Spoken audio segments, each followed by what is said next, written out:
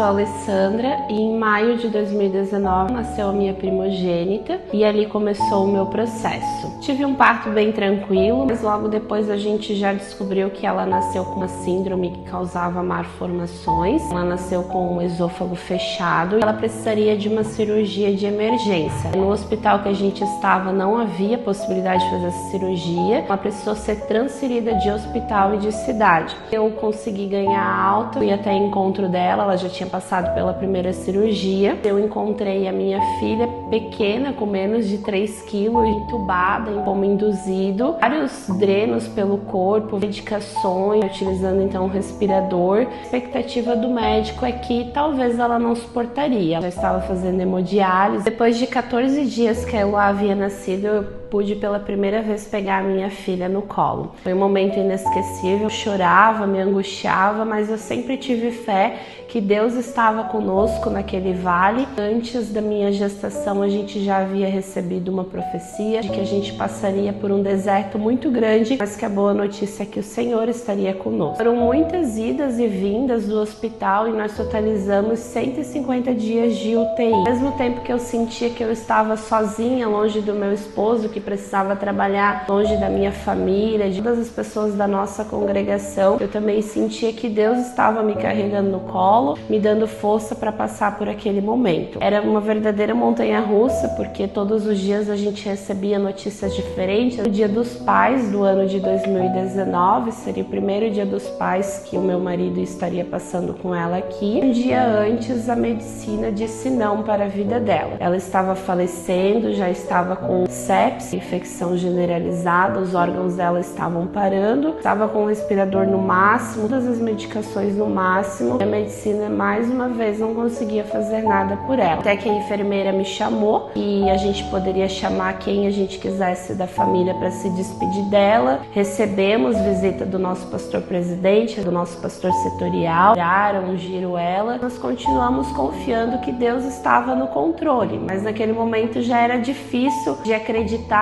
que o estado de saúde dela ia mudar. Meu esposo foi para o monte com alguns irmãos da igreja e eu fiquei então. Teve um processo ali no meio da noite onde ela teve uma parada cardíaca e eu achei que naquele momento ela ia falecer. Eu fui para um corredor perto da UTI, levantei minhas mãos, orei a Deus, pedi para que não acontecesse nada com ela, que ele continuasse guardando ela. E quando eu retornei, ela tinha estabilizado um pouquinho. Quando eu acordei de manhã cedo e fui visitar ela na UTI, eu tinha encontrado uma outra criança lá. A Eloá tinha passado por um milagre, estava quentinha, desinchada. A enfermeira chegou para mim e falou que de uma forma sobrenatural ela urinou naquela noite, fazendo com que ela desinchasse e todos os órgãos dela voltassem a funcionar. Estava com uma gravatinha em comemoração ao Dia dos Pais e eu imediatamente liguei para o meu esposo contando a notícia. Deus definiu que não era a hora dela naquele dia. Nós oramos, nós jejuamos e nós conseguimos trazê-la para casa. Ela ainda precisava de muitos cuidados, extremamente difíceis e doloridos às vezes. Ela só se alimentava por uma sonda na barriguinha, mas ela engatinhava, ela falava as palavras correspondentes para a idade dela. Ela tinha uma vida normal, tirando a parte de terapias intensivas. Então nós louvamos ao Senhor porque ela poderia ter sido recolhida com menos de 4 meses, mas o Senhor permitiu que por mais um ano ela estivesse alegrando o nosso lar. Deus sempre proveu tudo, desde a parte de medicação, de hospital, do leite dela que era super caro e a gente conseguia ganhar. Nos pequenos detalhes e nos grandes a gente via a mão do Senhor estendida sobre a nossa vida. Quando a Eloá completou 1 ano e 5 meses, nós precisamos fazer uma cirurgia que seria então definitiva para o caso dela, para ela poder se alimentar pela boca. Nessa cirurgia a gente já sabia quais eram os riscos e no dia da cirurgia estavam previstos 5 horas e a gente viu muitas intercorrências acontecer. A gente começou a ficar angustiado naquela sala de espera e a cirurgia acabou durando 12 horas. Foram as piores 12 horas da nossa vida. O médico chamou a gente na porta do centro cirúrgico, explicou pra gente que ela teve uma hemorragia bem grave, que foi necessário fazer uma toractomia, que é a abertura do tórax. Então a gente,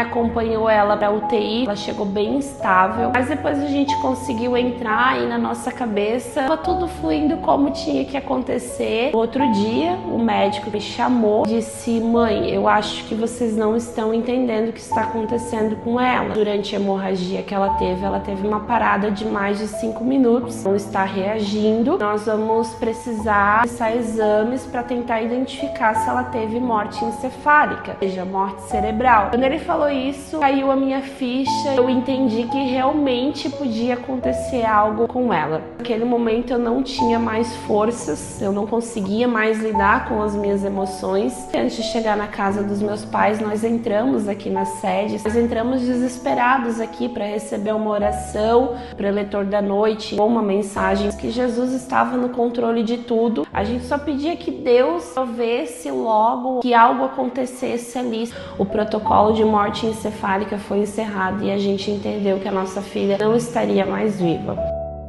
Quando o coração dela já estava parando, ela estava no meu colo, eu passei ela pro colo dele, conseguimos sentir ela ainda quentinha, aproveitar esses últimos minutos dela. Meu esposo fez uma oração junto com todos os médicos e a gente falou: Deus nos deu, Deus tomou, mas bendito seja o nome do Senhor. Mesmo levando ela, fez muitos milagres. Através do testemunho dela, muitas pessoas, inclusive da minha família, aceitaram a Jesus. Houve propósito em tudo isso que nós passamos com Eloá. Meu coração de mãe estava em paz, que eu sempre tive Jesus comigo. Nós começamos o luto, não é um processo fácil, mas me geraram muitas experiências com Deus. Ele sempre me fez entender qual era o propósito de tudo aquilo que eu estava passando. Nós também recebemos então uma profecia de que até o final do ano Jesus nos daria um filho. E assim aconteceu. Em dezembro de 2020, eu engravidei do meu bebê arco-íris, veio para trazer alegria, que é o Isaac, e já sabe que tem uma mana que está no céu com Jesus, como ele sempre fala. Todo esse testemunho, todo esse processo que nós passamos fez com que eu me aproximasse ainda mais de Deus, me transformou em uma mulher melhor, uma esposa melhor, uma mãe melhor, uma filha melhor. Eu consigo contemplar os frutos que Jesus colocou na minha vida com todo esse testemunho.